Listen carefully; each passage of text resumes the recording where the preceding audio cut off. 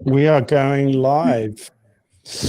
All right. So welcome, folks. Hi, everybody. Welcome to the 6th AI for Education webinar.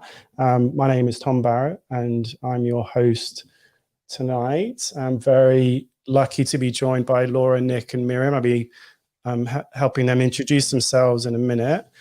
Great for you all to be joining me. If you're joining us live online, first job to do is get on the chat and just say where in the world you are. It's always fascinating to see how we're connecting across regions. So this is not just an Australian or Asia Pacific community connecting in this way. So please, first order of the day is to get on the chat and practice saying hi and asking your questions maybe later, but say where you are. So kia ora, Dr. Harvest from New Zealand already in the chat. Well done, you get a prize. Aaron's joining us. Hi, Aaron from Wellington. So it would be great to see your names and places in the world coming through on the chat. I'm going to begin with our acknowledgement of country. And so I acknowledge the Bunurong people, the Kulin Nation, the traditional owners and custodians of the land on which I join you from today. I recognize their continuing connection and stewardship of the lands, waters, communities, and learning. I pay my respects to the Indigenous elders, past, present, and those who are rising. Sovereignty has never been ceded. It always was and always will be our Aboriginal land. I also acknowledge the lands you joined from today, and it's a great opportunity for us to connect and share some stories and ideas, develop our understanding together, and try to work creatively to rise to some of these challenges that we face.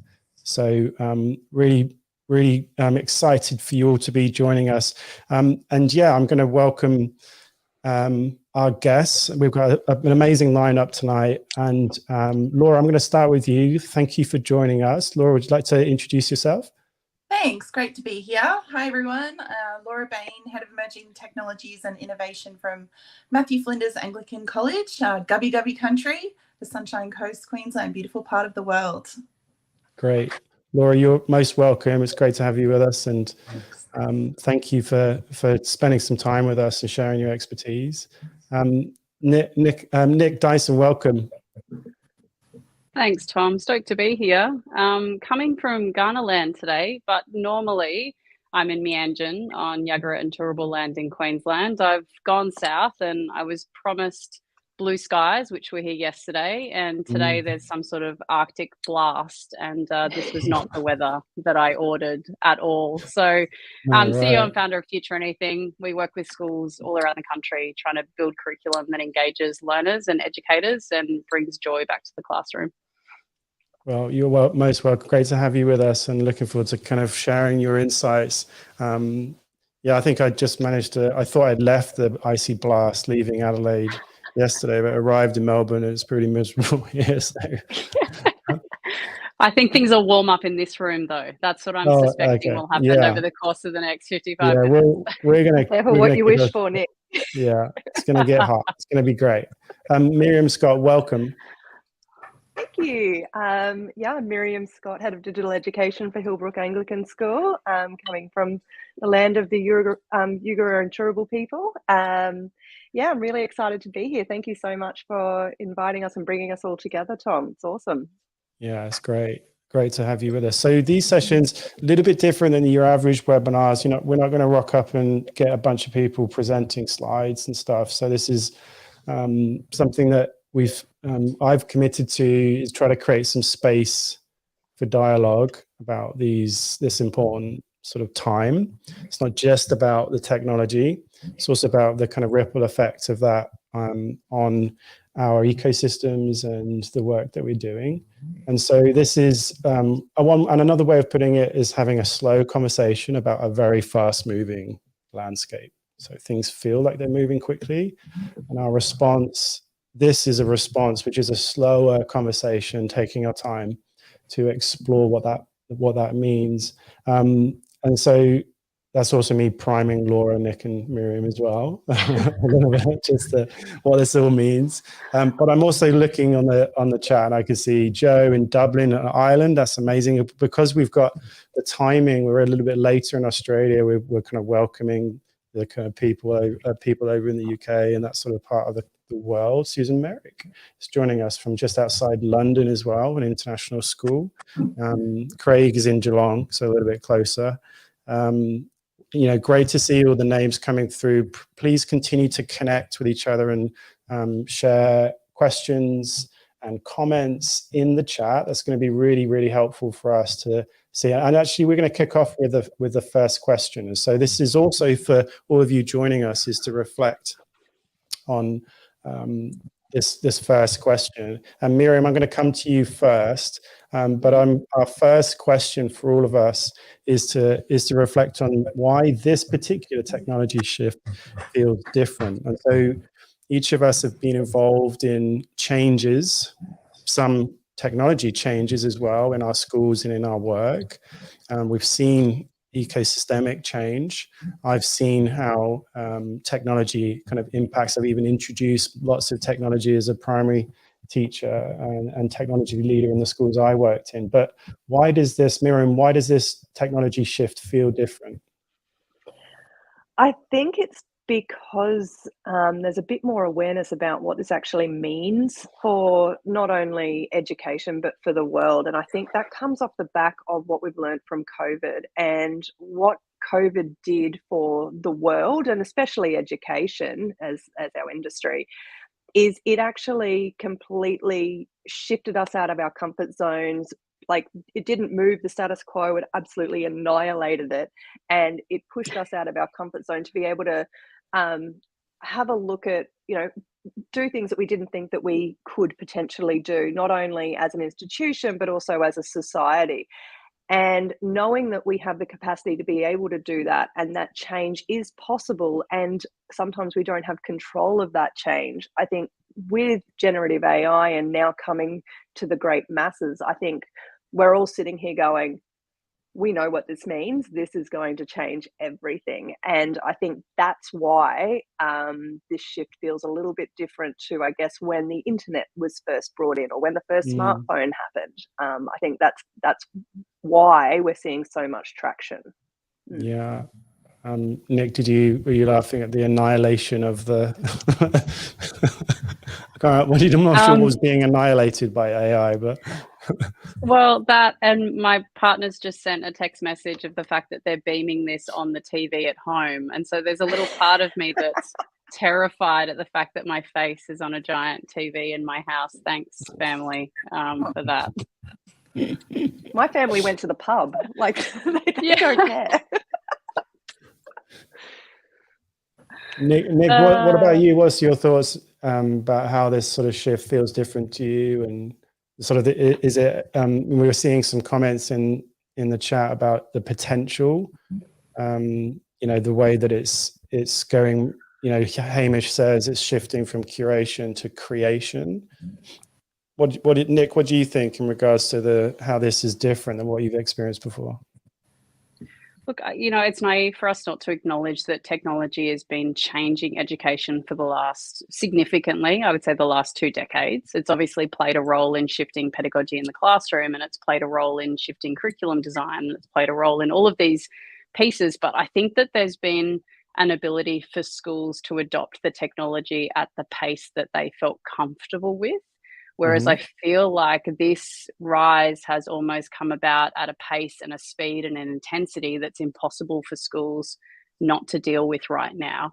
And I'm not sure that we've necessarily seen the impetus to actually address something like this as fast, because for however long our current ways of working, particularly when it comes to assessment, haven't been radicalized by a technology advancement.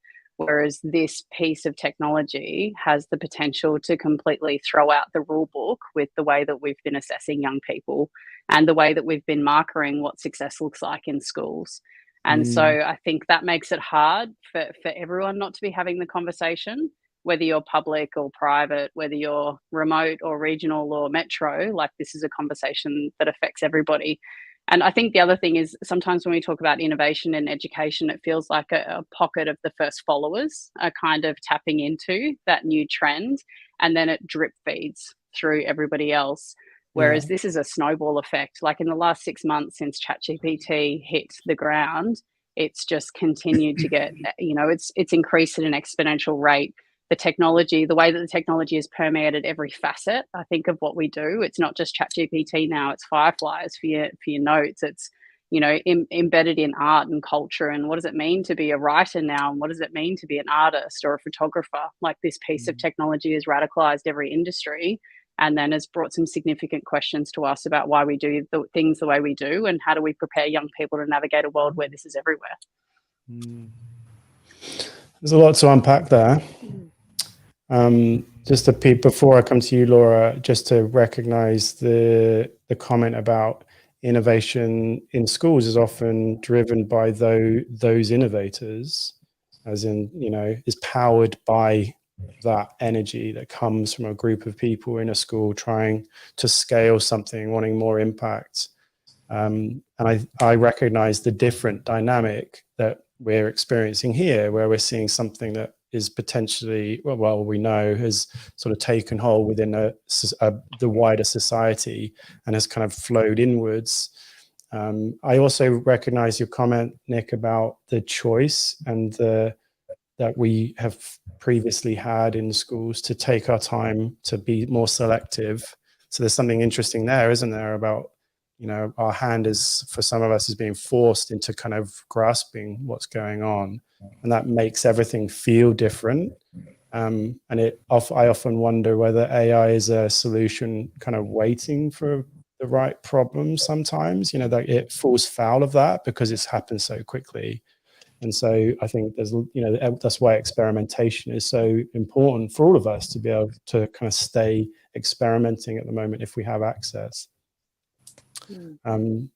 Laura, what are your thoughts? Anything that kind of ties back to what Nick and Miriam are sharing? I think the commentary has been spot on, and I think, we've got a few people on this call, and I'm sure in the chat as well, that are technology specialists at their schools and have been through instances of emerging technologies or disrupted technologies. And we get the vibe that this shift feels different because of the potential it has and the impact that it has. It's prolific and it's broad. And so I guess the fact that it became so easily accessible to the general public, and the fact that so many people hooked into that, and then the way that has then spread rapidly with people then engineering different products that are utilizing AI, we're just seeing it everywhere. This is what is making it feel so different at the moment. Anyone in education that's lived through a few instances of disruptive technologies, and we like to sit and have a play in different spaces, we are seeing how this can really make a shift, how this can really be a disruptive technology in education. And we always talk about what's going to be that silver bullet that's going to cause rapid change, or a big change in education, because it's a really hard beast to shift. And I think there's people out there like myself, like Miriam and Nicole, who are going, this could be it. This could be the thing that is going to make that shift. And the timing's right. On the back of the pandemic, we have open minds, or forced open maybe to technology without any choice. But when you have a tool like ChatGPT that made a scary seemingly technology like AI suddenly very accessible to, the random individual, the general public, or even the unschooled techie person who could go, oh, I can use AI. And then all of these companies taking this technology and putting it into their products, and suddenly you can use AI to do so many different things. We're not talking about one kind of AI, we're talking, or just simply generative AI. Suddenly this technology has gone from this to this, And Laura, you have emerging technologies in your role, haven't you? Right? Yeah, that means I just get to play with all the fun stuff. Oh yeah, right. Okay. Yeah. Did you give yourself that role? It sounds like no. I've had a couple of really long titles where you feel like you have to take a deep breath before you say it. Yeah. I mean that's a fascinating example of how of disruption. No doubt it's already going into, courses about innovation and how we learn about, we're kind of living that as it kind of rolls out. Just saw a comment that I'd like to pick up on. Aaron from Wellington, sort of asking about, some people are still scared of it. This idea of reticence or disconnection or fear, or that's a real thing that we're starting to see, and there's lots of uncertainty around. And Aaron's suggesting that maybe a lack of understanding of its potential can cause that. And I certainly know that our fear response is often coming from a place of not knowing. How do you kind of feel about those sorts of responses? We're still seeing quite a mix in terms of connection, aren't we? In terms of teachers, exploring and actually seeing this as an opportunity. It's really interesting. Sorry. You go, Laura. You go. Probably experience the same things because we are the people that bring new technologies into schools, so we're used to seeing a lot of resistance. But I see less. Like, I'm not saying it's not there, and there's still a lack of understanding of its potential. Maybe some people are still scared, but teachers that I would technically think would be a little bit more resistant to new technologies are the people that are sitting in the staff room going, hey, I did this the other day. I'm thinking there's less resistance than I've experienced in the past with this tool. This being said, though, the more that I learn about this, the more I'm like, oh, we need to be careful.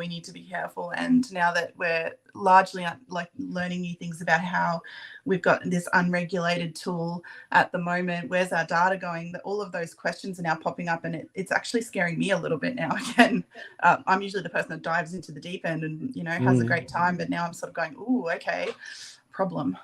Yes. Yeah. Interesting that we're starting to feel that too, despite maybe a higher level of, willingness to kind of explore and jump in. Miriam, what were you going to share? I just think, and I think one of the reasons we're probably seeing a little less resistance in our schools, Laura, is because our schools have the luxury of having like us, because we're in that specific position where our role is to help teacher engagement with these technologies. But not every school has someone in our position, and not necessarily, or if they have someone in our position, it's not someone with our background. And I think after talking to a lot of teachers recently, I think schools are happy to embrace it or want to, but they actually want a little bit more strategy about how to actually go about that. And I think it's completely fine. What I've been telling people is that not everybody is on board. Not everybody is using it. Not everybody has it in their schools. No one's being left behind.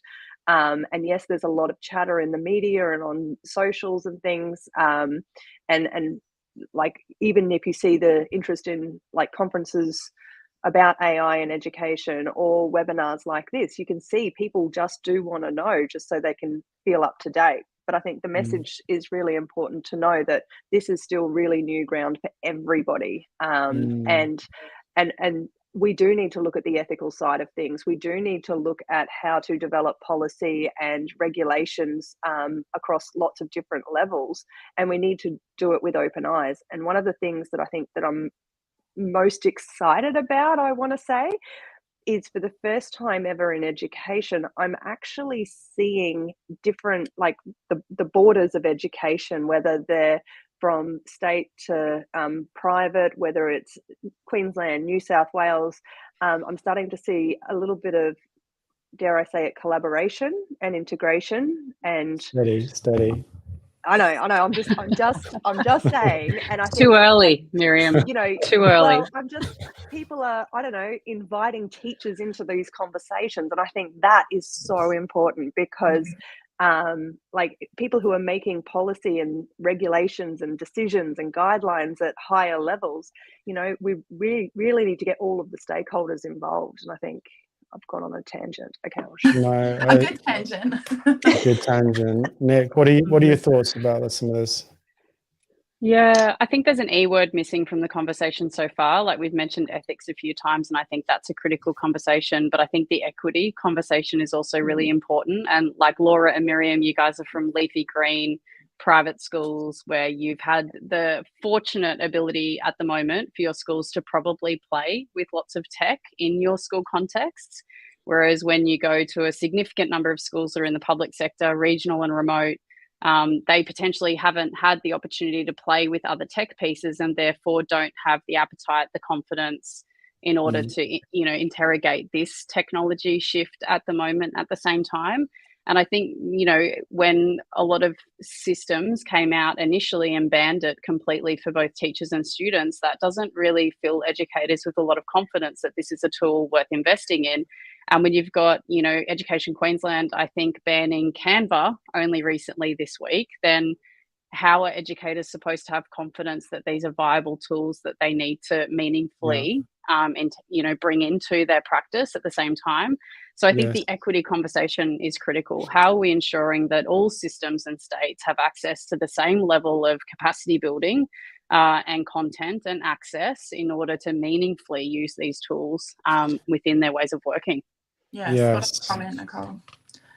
There's a digital divide. I think I mentioned this at one of the last event I went to with Miriam there, and it already exists. It's there. It's too late, and it is in schools like our leafy green, independent schools versus your state schools, and it is because of actions like this, where we go through the immediate ban. Immediately, teachers are frightened and not invited to play in that space. And this is just another, step in that continually widening divide that's happening between schools in our own systems in Australia. Yeah, I mean, one thing I would say also is also within the context of coming off of the crisis of COVID and how we responded digitally to that and how people were ready to respond or needed to respond. Different states. Well, they had to. Yeah, well, there was no other option. Yeah. Some states, though, lived that in a very different way and developed new capabilities, and so may well be in a better place to respond to this particular disruption that we're kind of feeling. I also wondered, Nick, that piece about banning across different states here in Australia, different countries facing and approaching things differently. I think that when you frame the potential of these technologies, what they could do, and maybe we can start to look at how we foresee that maybe having a positive impact. When you think of it in that way, and you're actually just sort of slicing and dicing the country and up into who gets that opportunity, it raises real questions. And let me take us on to this related topic about the impact of this going forwards. And so what are we starting to see? And so I'm keen to kind of hear from you all about how these AI technologies and all of their different forms, and even those emerging that we're playing with and that haven't yet kind of really become part of our toolkit yet, but they're kind of on the horizon. How do we think that they may well impact teacher well-being? Could it potentially alleviate some pressure? Miriam, I've got to kick off with you. Okay, well, that's brave. All right, so yes and no. Okay, so I think in the immediate future, there will definitely be, I guess, the majority of teachers that will panic about this, because not only are they learning a new tool, there's a lot of narrative out there at the moment about having to shift assessment, change curriculum. There's a lot of misinformation out there, as well as things that we really do need to consider. So I think in the short term, it could potentially have a serious impact if we're not supported by our schools and our institutions well and given time to be able to integrate this. On the other side, though, just fun story, true story, and I'm sure she will not mind me saying this, but one of my colleagues, let's just call her Tamara at my school, that's her name, art teacher, sorry, just throwing that out there. So she, about a month ago, just came to me and she was like, Miriam, I'm ready just to throw it all in, like everything. Everything's too much at work. There's just too many things happening and I just can't keep up. Something's got to give. And then she came to our e-learning committee, and it was about AI, generative AI, and I had a lot of 11s and 12s there that students were able to actually talk to teachers, and teachers were able to talk to the students about what's going on. And then she went home and had a play, and she came in the next day and she goes, "Miriam, I'm done. This is amazing." And I'm like, "What?" And I thought she was about to say, generative AI is awful, but she said, "I'm in. I'm completely in." And I'm like, "Ooh!" And I'm art teacher, like, not that, no stereotypes here, but she then started to tell me about how it can help in her subject area and all the different things that she can find uses for. And I was like, "Oh, I didn't even think of it like that." So yeah, I think it has the potential to really help teacher mental health as well, when used the right way. What else Laura and Nick, do you have any stories like that, or even personal kind of experiences where you've kind of gone, "Oh wow, like that's like helping in a real tangible way"? Yeah, it's just hearing about all the things that I didn't even think of, the potential uses, and it's in discussions like this. It's in discussions in the staff room where someone says, "I used ChatGPT to do blah the other day," or "I did this," and I'm like, "Oh, I never thought of that." And I know at the moment in my school it's report card writing time, and that's a very stressful time for anyone. And there are a lot of people out there talking on social media and in staff rooms about how they're using ChatGPT to cut down the administrative tasks of teaching, because let's be honest, they've only increased in the last few years now in terms of all the documentation we have to keep on students and all of those kinds of things. The way planning's changed depending on which sector you're working in as well. What I think, at the moment we're playing with ChatGPT or a large language model like that. The real power is going to be when companies pick up that as the engine underneath a product that's specifically designed for education, something that is then engineered to work with teachers to lessen that administrative burden. There's also the potential for ChatGPT or some kind of AI-powered engine to be that teacher assistant on the side. And again, this is something I raised in our panel discussion, Miriam, where we have so much need to differentiate. There's so many students in our class, and we talk about differentiation all the time. But anyone who's in the classroom with 24 students with so many different needs knows how difficult that really is, to deliver at different points of need. Imagine having that AI assistant that can chew big data or information that you've collected on your students and spit out recommendations or individualized programs that you can then deliver to students and help you track and manage all that data, because it is that administrative burden that makes teaching so tricky sometimes, and it gives us more time to just get back into the classroom and do what we love to do, which is teach and be with children. Yeah, I mean, this sort of shift away from like the core business, right? Yeah, and that's the reality out in education at the moment. So many teachers are burnt out and leaving the profession because of this administrative burden that is kind of part of what teaching is these days. And I've seen it. I've been teaching for 18 years, and the way that education has morphed even in that time is startling. Yes. Nick, how do you see this sort of playing out? Do you see that it can potentially play a really positive role in terms of the way that teachers see their own profession? Yeah, I definitely see the benefit in it being used to alleviate some of the administrative load that both Miriam and Laura have spoken about. I think writing emails and even just getting the stem of an email that you can redress, I think reporting comments, I think lesson plans, unit plans, any of that content can easily be generated. And of course, as the educator, you're going to look over that and calibrate it as you're working. But I think the ability for it to alleviate the creation time for that content makes total sense. I think, we've used it internally to generate social media posts in order to start blogs and write content.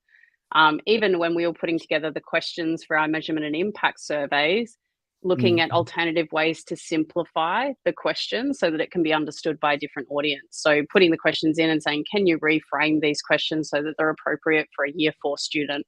So the ability to use that language tool in order to calibrate that content quickly and efficiently, it makes sense.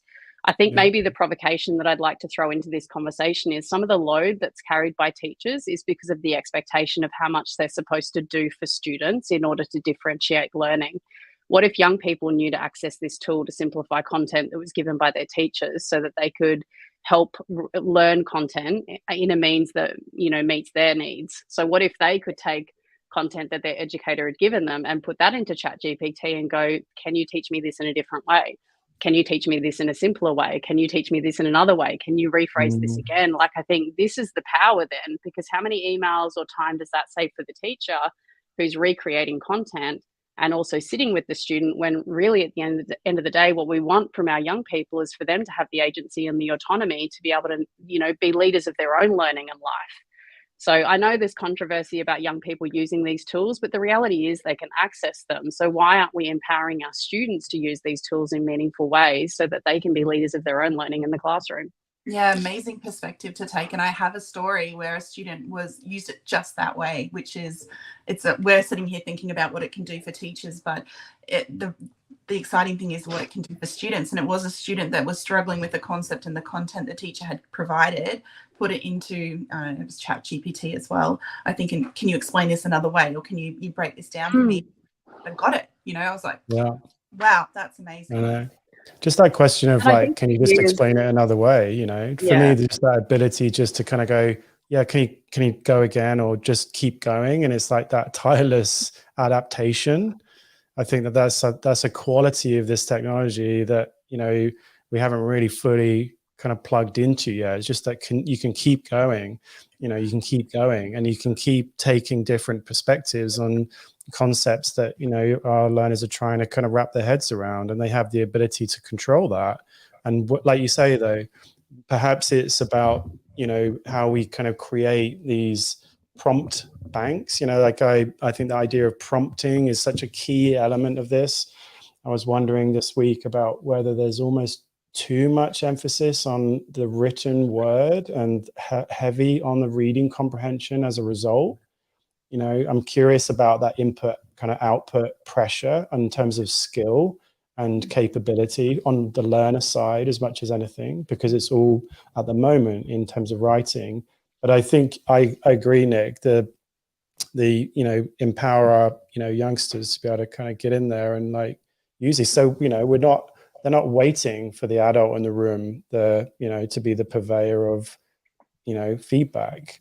You know, where they can get feedback quicker, and, you know, it'll be good enough if we frame that in the right way. Yeah, I think it gives them so much all of that. Yeah. I think, yeah, the idea of everybody being able to have a personal tutor is just unbelievable. Yeah. And I think that could actually help with the digital divide, or the learning divide, not just the digital divide, but the learning divide, and the opportunity for every student to be able to have their own personalized tutor, which, you know, it's not the be all and end all. There's still a lot of work to be done there, but I think that access is actually something that we could potentially celebrate as well. I think our privileged students have had this for decades, right? If you came from a family that was well educated and that could potentially either as parents you could tutor you, or your parents invested in private tutoring for you, having somebody sit down and write your draft of your essay was actually, you know, there for the privileged. What ChatGPT is doing is democratizing that differentiated support and other AI tools so that it's accessible for everyone. And we need to stop holding students back from that, because I think one of the pressures that we have for teachers at the moment is that they're expected to do all the things. They're expected to create the content and then differentiate the content and then create formative, you know, assessment tools, and then, you know, moderate and check those formative assessment tools and then give feedback. And, you know, whereas at this point, we need to recognize that what we're preparing young people for is, I'm sorry to say, not external exams, but it's life. And so we don't need young people that sit compliantly and wait to be told what to do by like baby birds that are being fed food from their mother. We need young people that step up and act, that if they don't understand something, they know how to answer that question for themselves. If they can put their draft essay into ChatGPT and ask for feedback, they can, you know, use a rubric and say, please explain what this line means or what it would look like in this essay. Like, this is the stuff that we need to be equipping our students with, because as soon as they're able to take ownership of their learning and use these tools in meaningful ways for themselves, I think we actually alleviate a lot of the pressure for educators to hold the well-being of every young person that they're teaching in their hands. Yeah, incredible. Yeah. Yeah, and like imagine, you know, preparing students to become not only, ethical and responsible users of their online worlds. Like, just imagine, and I think this plays a big part of it, because yes, they are going to have access to this. I know there's a lot of conversation about 18 plus or 13 plus with parent permission, but it's going, like, the future is coming, and the freight train is not going to be stopped. It will be accessible to everybody who has a digital device, who uses any of the platforms that they're currently on at the moment. And so I think, how do we encourage our students to be able to develop those skills to help them make the right choices and to use it responsibly and for good and not evil? Yes. Also, one thing I was just thinking about is those sort of signals. I mean, I also think where AI is, I think, is an interesting thing to think about, and also some of the things we're already starting to see. So this idea of having to go to a website to kind of access ChatGPT to access AI is soon going to become something that isn't, is actually old hat. Is like, that's so November 2022, because, and so I kind of talk about this idea of inline AI. So at the cursor AI, which we'll see, and we already have in other tools, like if you're using things like Notion. I use a web app called Mem, which is like a note-taking app, and it's sort of built from the ground up with AI in mind, and there's some fascinating advances in that technology. So imagine a knowledge base, which is yours, and that's part of the trained model. And so I can ask questions of it as a chatbot of the notes that I've taken. And so I think that the idea that these models are going to shrink to the point where they're very personal, like you build your own personal model. And when I say model, I'm talking about the language model, the data that goes into that.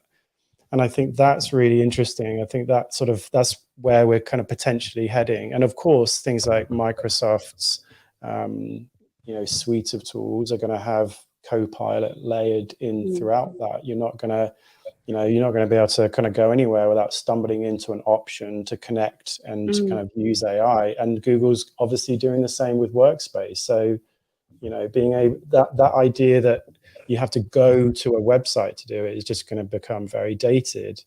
I'll also throw in the mix this great kind of tool called Fundamate, which is a WhatsApp AI, which is all about tutoring, and it's been launched in some countries in Africa, and is an amazing story about being able to access a study robot, and so you can kind of get into that, and just an interesting story, but also interesting to think about where it is for our students. It's actually on their mobile phone in a place where they can actually access it. It's very very normal and easy for them to participate in. And I think those tools are going to continue to pop up as well. And I think it's not only going to be in the tutoring space, it's going to be in every space. So just look at, Snapchat's My BFF. I think that is actually potentially terrifying. But my 16-year-old son says, "It's all good, Mum. It's fine." All right. So where is it going to end, and we don't actually know. We couldn't predict right now what it is that will be in the hands of our teenagers, and what's going to help them, because it hasn't been invented yet. So I think it's really interesting.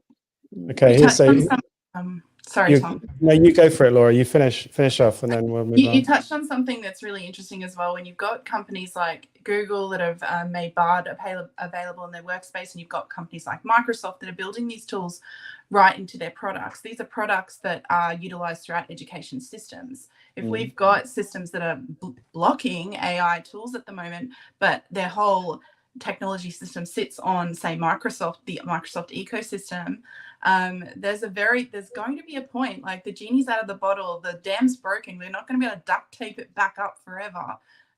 It's a case of, we've got a bit of breathing room right now.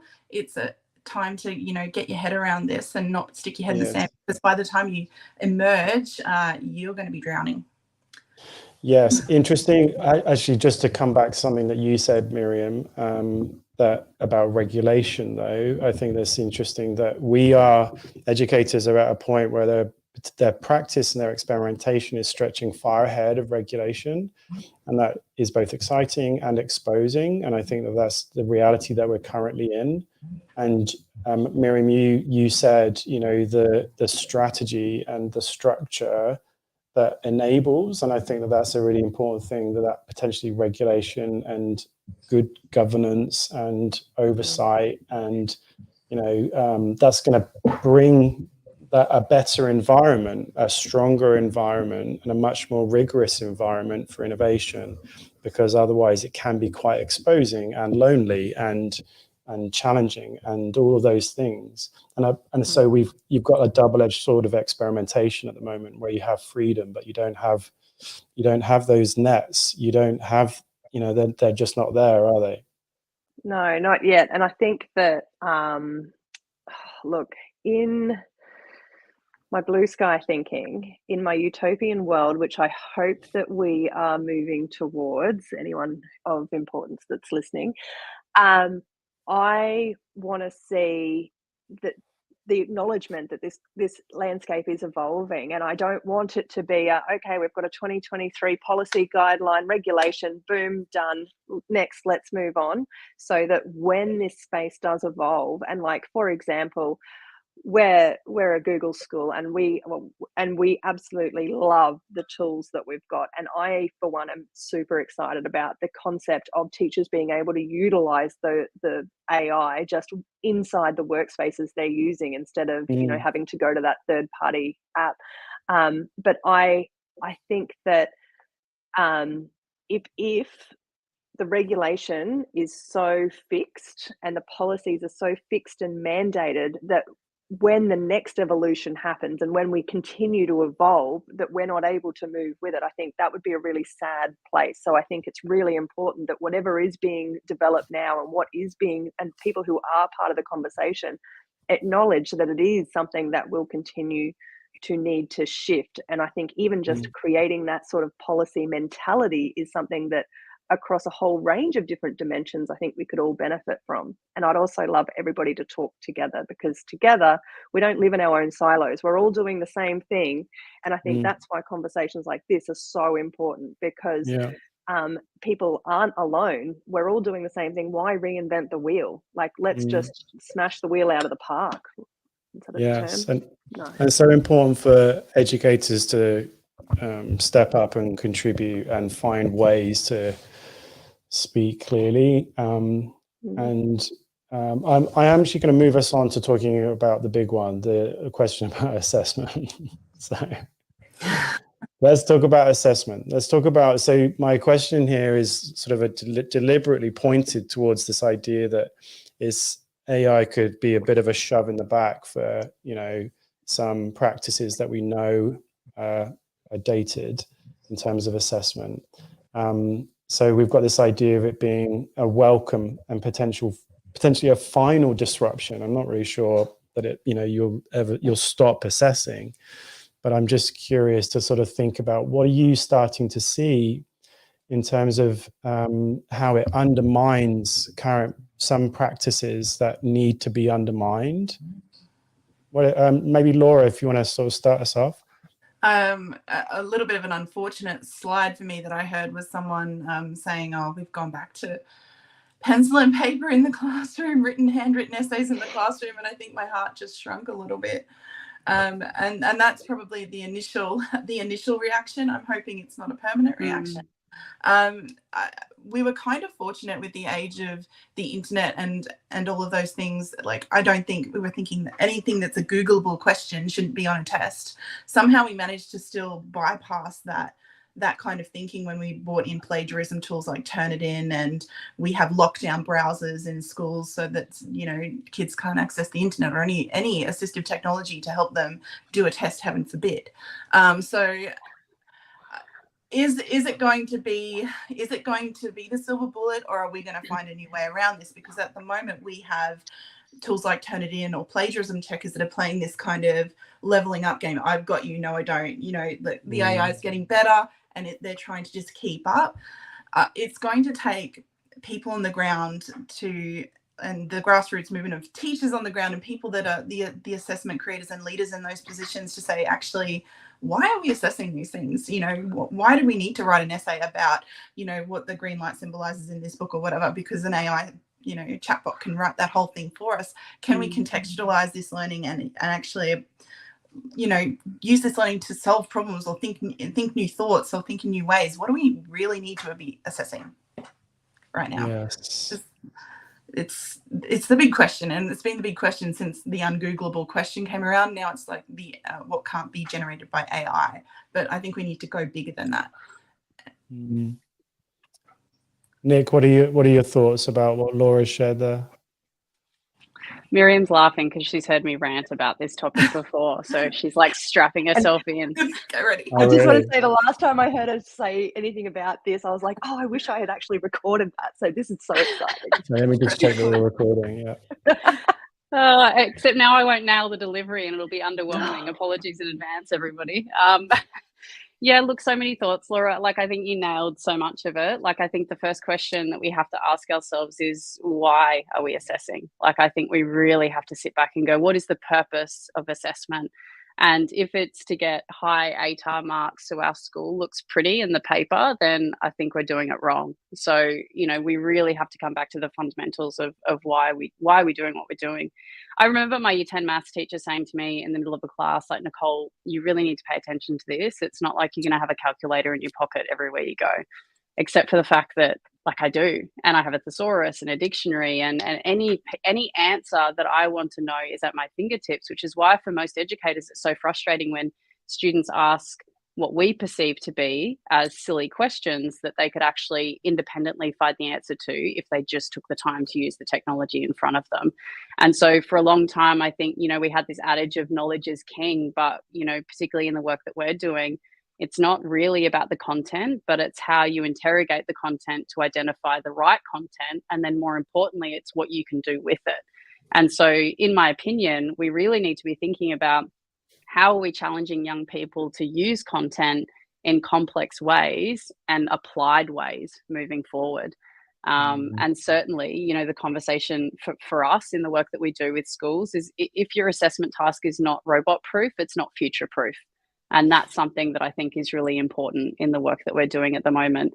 And, there's two simple ways that I think we can do that while still keeping to maybe some of the systems and processes that we have that are stemming us in where we would like to go elsewhere. But English teacher at heart, so I'm always going to default to English examples. But if we look at a text, like doing a text analysis on, Macbeth or something similar, and having to, write an analytical essay on one of the themes from Macbeth, which we know is a pretty stock standard response, of course the AI is going to be able to produce that. But what if we challenge students to write an essay about Macbeth where they had to show how one of the themes from Macbeth had shown up in their life? I mean, then we're asking young people to connect the curriculum to themselves. And then through that exploration, they're learning more about who they are and how they show up in the world. And we're also making the curriculum relevant for them. And the AI can't necessarily write that, particularly if you ask them to collect some photos that then lean into those experiences that they're referencing. Although maybe some of the art AI could do that. Anyway, look, moving past some of those technicalities. And then similarly with the same task, what if you had young people choose a local issue that had happened within the last, month in your community, and then show how one of the themes from Macbeth was showing up in that local challenge or that local issue or that local article. So we're talking about contextualizing the assessment where young people are then connecting curriculum to their world. And I think at the end of the day, what we want through education is for young people to learn more about who they are and to learn more about the world, and then to learn how they fit into that world. Yes. And so, hopefully we're using curriculum and we're using learning as an opportunity to develop that in our young people. And I think if we just move our assessment a little bit closer to that, not only are we going to have more joyful experiences in the classroom, but we're actually going to be assessing young people on skills and capabilities that they'll actually need when they leave school.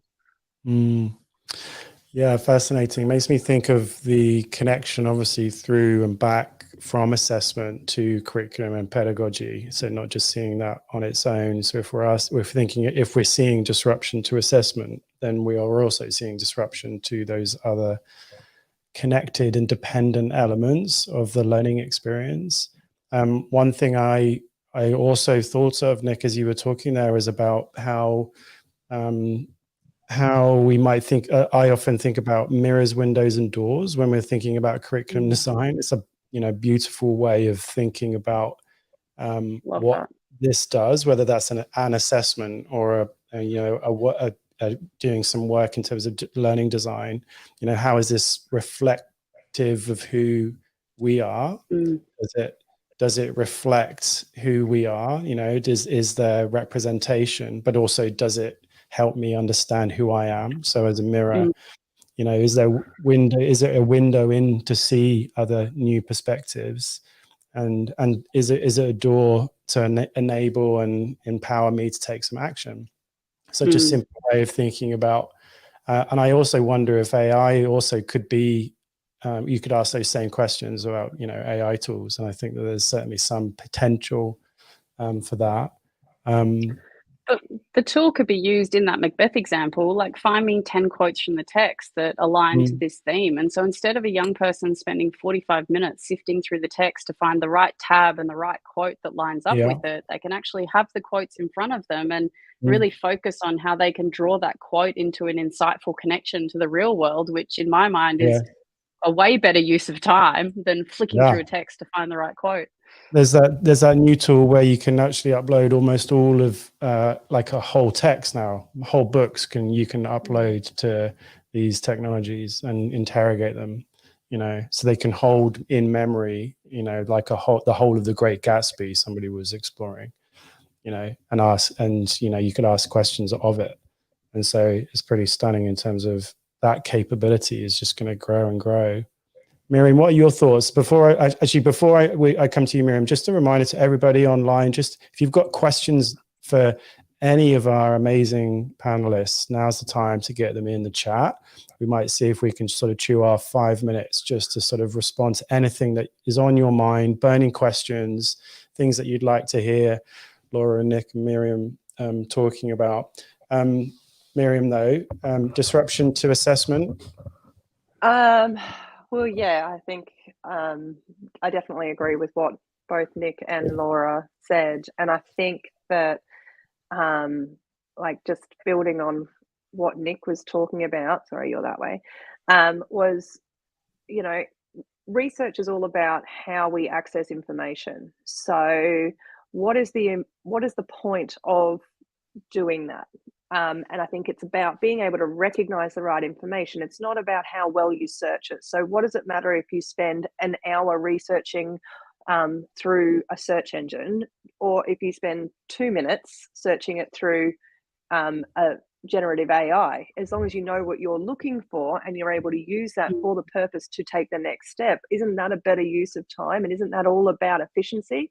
I'm a business teacher and I'm all about efficiencies, and I just think the potential for generative AI to save time for some of the more generic uses that I guess, and some of the more rote lessons and things we've been doing, not only in our classrooms, but also in our lives. I just think it would give us the time to do what it is that we do best and what we enjoy doing. And I think that answers the mental health. I think that answers the effectiveness in the classroom. It answers the personalized learning experience. And I think when it comes to assessment, I think we are always going to have assessment.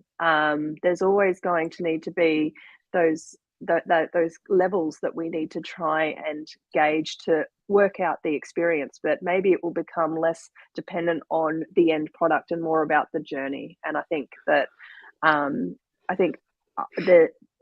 it's not going to be the end of teaching. Anyone who thinks that it's the end of teaching doesn't actually.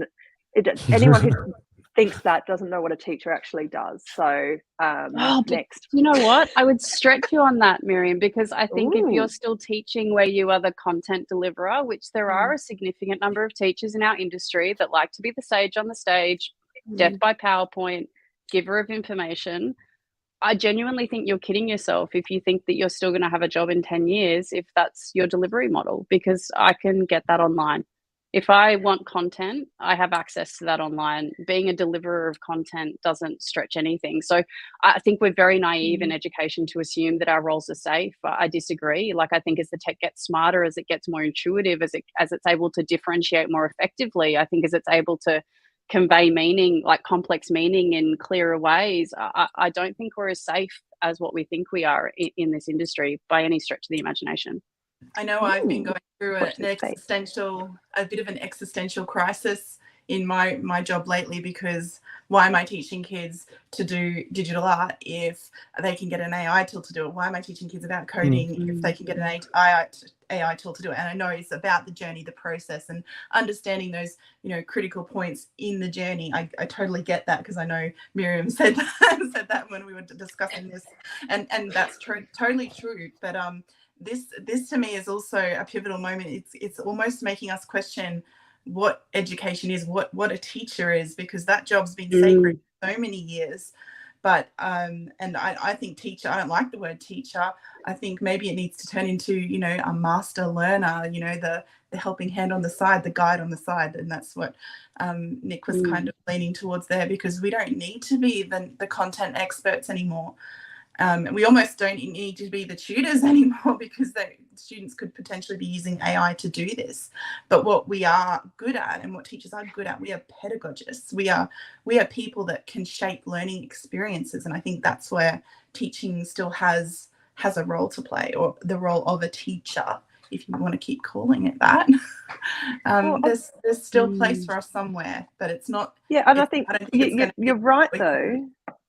We're pedagogists first. Like that is what we are. We are, we're not the fount of all knowledge. Like, we're not. We've moved away from that a couple of decades ago. But I think that, yes, there are some subject areas that still lean well into the content delivery. But I think that, it is about the differentiation in the classroom. It is about connecting to different styles of learning. And I think it is about having the students connect with the information, no matter what it is. It doesn't mean we're the ones who are necessarily delivering it, but I think they're always going to need that, dare I say it, personal touch. And I think that in primary schools, secondary schools, I think there'll definitely be a place, the master learner, or the pedagogist, or the teacher. I think the education institutions that need to be worried are the universities. I think that after everything that we've gone through as a world in the last 5 years, and the rise of micro-credentialing and the ability to access everything online, I think that maybe there are other institutions that need to be looking at what's going on and how to, like, the importance and the value that they're adding to student lives. The only thing that I would say is, I don't think this is subject specific, and I don't think it's school specific. I don't think it's some subjects do it this way. I genuinely think that this comes down to the approach of the educator at the front of the room. And I'd say two things to close this, like, to kind of capture my thinking around this. I would love it if I wasn't needed in a classroom. If I had a class of engaged learners that were actively, and we use the language of enterprising. We want enterprising thinkers and doers, young people that are marked by an independent, energetic spirit and a readiness to act. And if I have a class of enterprising thinkers and doers, man, they are like hunting for the content that they need. And they are then coming to me with questions and challenges. And, I'm the calibrator of their next step. And that for me is the dream of learning, where I can provide some scaffolding and some support and some direction, but those young people are able to use the wealth of knowledge that are at their fingertips in order to be a discoverer and an explorer and a detective, I guess, around their learning. I think the other argument, or the other challenge that we have, is this press down from 11 and 12, where we say, well, we can't do that because we have these mandated endpoints. And the challenge that I would say is, if I have to teach tectonic plates in science, one way for me to teach is by standing at the front of the room and explicitly teaching tectonic plates. And again, this is not an argument between explicit teaching and direct instruction and project-based learning or inquiry-based learning. This is not a state of origin battle between those two pedagogies. I want to point that out. You need both. It's pedagogy for purpose, for the right learners in the classroom, I think that's really critical. But at the same time, I could set up an exploration for young people to dive into that collaboratively with the use of the internet and each other. And then as an educator, close that concept with some explicit teaching, or I can stand at the front and deliver the content. So between the microcosm of a 70-minute lesson or a 60-minute lesson, I could actually capture agency and ownership and discovery and exploration and the detective work and still do the core curriculum that I need to in a mainstream subject. It all comes back to how I enable young people to find the connection to the curriculum, whether I'm the person making the connection or whether I'm actually opening the door and showing them the path and then standing there and kind of guiding them along the way. Yeah. Or pushing them. Yeah, a nudge. Okay, I do not advocate for violence in the classroom at all. Sorry. There was a good comment there you just had on the screen, Tom, from Adler. It popped up and then it went away. And that's a very real reflection of where the struggle is for teachers, because we are torn between the systemic expectations we have as a teacher, the things we are accountable to, the fact that we have to report to this curriculum standard or that, well, there's a very real expectation when we have to be getting them ready for these things that are part of the system that we can't change at the moment. Yes. I definitely feel that tension, because we really want to get them ready for these real world tools and have them be part of building what the potential of this could be. But then at the same time, oh crap, we've got to get them ready for that test, and they've got to be ready for NAPLAN and they've got to achieve this much, and because we need to be getting great scores on those things as well. So I'm hearing that. I just saw that. Yes. It's a very real feeling out there. And so that amplification of, pace and, how the technology is, moving so quickly and has so much potential, and all those things undermine or further diverge what feels like it's relevant and what's, feels like it isn't. Our time is unfortunately up for this evening. I told you the hour would go quickly. And there's so much to explore, so much to figure out, and I know, and one thing I would like to say to all of you is how grateful I am you trying to figure this out together here. I hope that you all can find some colleagues and people to continue to kind of talk and work this out with as well. I think there's a lot to explore. There's a lot still to learn. The way that I am learning is just continuing to stay connected with the technology and experiment, and keep open-minded about what's ahead and what we're currently capable of doing. And there's still moments I'm experiencing, even though I've been using some of these technologies for quite a while, is there's still moments of like, oh wow, like this is like this changes so much, and so we're all sort of experiencing those things in real time, and we have such an amazing access to these technologies. Like we have access on our phones to not the calculator anymore, Nick. Not just the calculator anymore. Is some of the most advanced technology that we can, that's probably been around for a very long time, and so that's in our pockets. Just before. Is this the point where Tom reveals a robot face? No, it's not, Hamish. Somebody just put that in the chat. And it's not the first webinar that somebody said that, are you all real and all this sort of stuff. So just before I finish with some information about what's coming up next, Laura, thank you so much for joining us. My pleasure. Thank you. It was a great opportunity. This is a good room to be in. Enjoyed the conversation immensely. It's been fantastic, and we're really grateful for you coming and sharing your ideas. Nick, thank you for joining us. It's great to kind of hear your perspective on all of this. Thanks for having me. It's always a fun chat with three passionate educators who are doing this. This conversation is hosted for the benefit of educators, but ultimately because everybody in this room is passionate about providing the right opportunities for young people. So it's always a joy to kind of collaborate around that, like what's best for our young people. Yeah. And Miriam, thank you to you I know you've been at conferences, talking, presenting, and you found some time to join us. So I really appreciate you as well coming and sharing your insight. I'm getting an autograph next time I see Miriam. Oh my goodness, stop it. Stop. No, I wouldn't miss it for the world. I'm so privileged to be able to be part of such an amazing group. So thank you. And yes, we could have gone for hours. We could have gone for hours. So I am going to have to call it a night, unfortunately. To everybody joining us online, really a big thank you to you joining us. Whatever time of the day it is, great to kind of see some people over in Europe joining us, which has been great.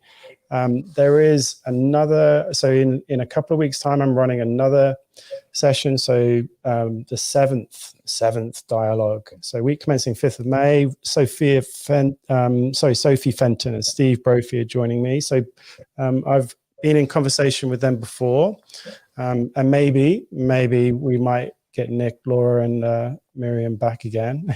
We can pick up where we left off. Round 2. see if we can figure the rest out, right? And so yes, in a couple of weeks' time, if you're on the list for this session and you're watching this, you'll get information about when the next one is, and we'll explore some more topics, and I'm sure there'll be plenty to speak about in regards to the developments associated with AI. So yeah, great. Thank you so much to my guests again. Thanks everybody online, and we'll see you again soon. Okay. Thanks everyone. Bye.